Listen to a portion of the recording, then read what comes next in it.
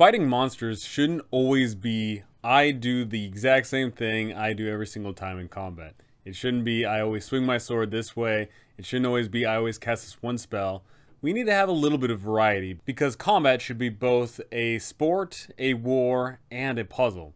So here are a few ways we can shake things up a bit. These damage variations for monsters have been inspired by Mike Shea of Sly Flourish, and you should totally check him out. It's going to be a link on here, link down below. Fan-freaking-tastic stuff. I just wanted to go over some of the things here. So first off, a minimum damage threshold. You need to do exactly X number of damage before you actually do any damage to the monster.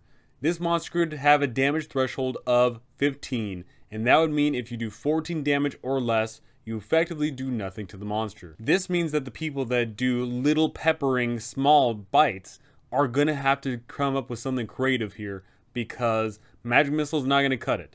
You need to do something where you do a whole bunch of damage in one go. But on the flip side of this, we don't always want damage to be a DPS race, in which case we can have a maximum damage threshold.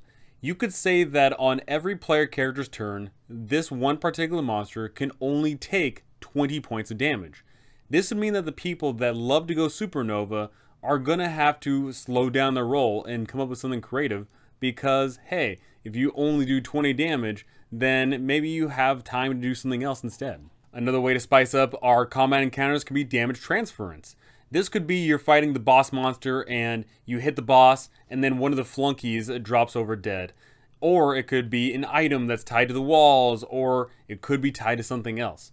When there is this damage transference, what this tells them is you can either do damage to one foe, or you can try to figure out where the damage being transferred to and destroy that ahead of time. If the boss has high AC, and the item that's being transferred to has a lower AC, then it'll be smarter to attack whatever the damage being transferred to instead of fighting the boss. It's also important that we mix and match all these damage variations throughout our game, whether that be over the course of the adventure, or maybe even in the same exact combat encounter. You could have your players going up against two golems, and one of the golems has that minimum damage threshold, and then the other one has the maximum damage threshold. Then they have to keep track of things. Okay, there we see. The people that want to go supernova, they attack the one with the minimum damage threshold. And the people that love doing small peppering attacks, they hit the one that has the maximum damage threshold. And something very important here is the fact that in D&D, there is the mechanic of resistance and vulnerabilities, and yet we so infrequently see it. We hardly see it, specifically with the melee damage types and the traditional magic types.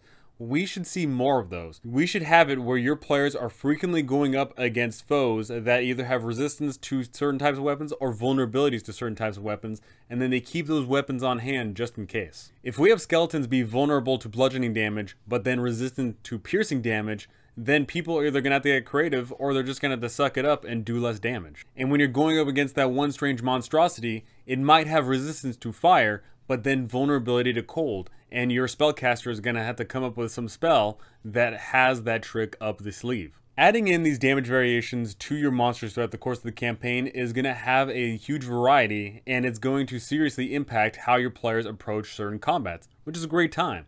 Combat shouldn't be cookie cutter. It shouldn't always be the one objective of, I do my exact same routine because that's my routine and it always works. Your routine shouldn't always work. There should be variations. There should be flaws in your one plan. You should not only have one plan. You should be able to adapt and overcome to whatever challenge that you have in front of you.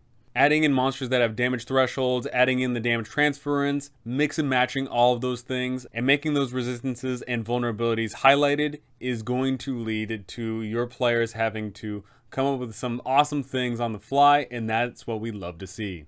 So I'm curious what you all have to think. Do you like the minimum and maximum damage thresholds, or do you think that damage is damage? Do you like to mix and match these damage variations in a single combat, or do you think that's too much to keep track of? And should more monsters have vulnerabilities, resistances, and even immunities to certain types of damage?